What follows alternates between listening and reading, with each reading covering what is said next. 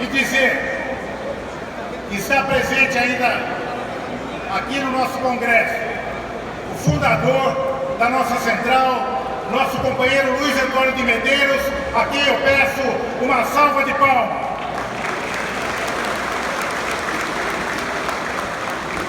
Eu fiz questão disso para a gente lembrar um pouco aqueles que participaram da fundação da Força Sindical, saberem que naquele momento nós passávamos por uma crise de enfrentamento, de Guerra Fria, de enfrentamento político-ideológico que marcavam as centrais sindicais.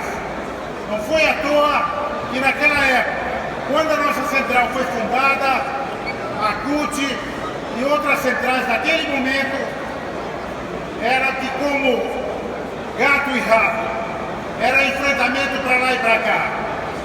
Não porque o movimento sindical era dividido, mas porque em nível mundial nós éramos divididos. Existia o capitalismo do lado e existia o socialismo real da União Soviética. Em 91, nós já estávamos no pós-queda do Muro de Berlim. Nós estávamos já no momento em que se abria à sociedade a possibilidade de maior diálogo com os empresários, maior diálogo entre Estados Unidos e Rússia, entre Estados Unidos e China. Já haviam terminado aquelas guerras que dividiam esse polo de Guerra Fria. Nossa central nasce nesse momento.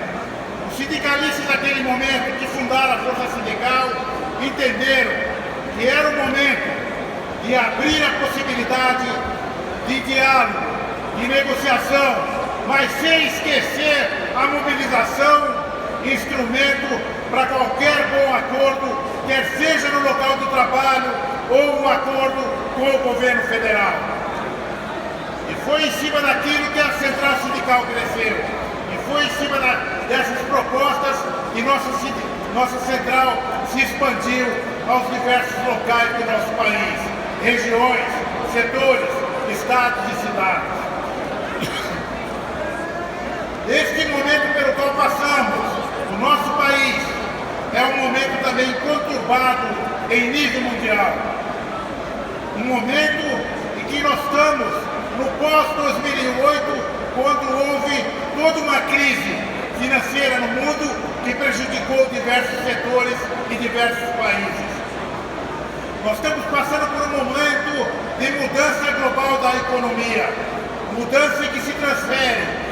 O debate da economia que era, desde a época do descobrimento, ali pelo Atlântico, nós começamos já a mudar para o Oceano Pacífico e transformando as relações político-econômicas com a China, com a Índia, com o Vietnã, em um outro polo de florescimento da economia.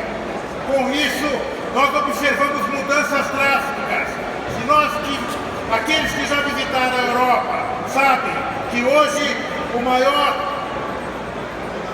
setor que emprega não é mais o setor industrial, é o setor de serviços, é o setor de novas tecnologias, é o setor de computadores e assim por diante. Nosso país ainda não chegou a esse nível, mas nós já observamos uma queda do papel da indústria. Nós já vemos o papel maior do setor de serviços, do setor de comércio. Sem contar que as relações políticas e econômicas também têm que mudar. Não é à toa que os companheiros da China estão aqui no nosso Congresso. Não foi à toa que a nossa central foi a primeira a apoiar a central sindical dos trabalhadores chineses a participarem da OIT. A participarem da OIT porque, no parâmetro mundial, nós queríamos que eles também entrassem na Organização Internacional do Trabalho, até para ser cobrados de novos instrumentos. Nossa central realiza esse congresso num momento difícil do nosso país, momento difícil do ponto de vista político. A gente vem de uma queda da ex-presidente Dilma, a gente vem de um momento em que o Congresso Nacional, deputados federais, na Câmara, senadores, e depois do Supremo decidiram pelo fim do mandato eleito da companheira Dilma Rousseff.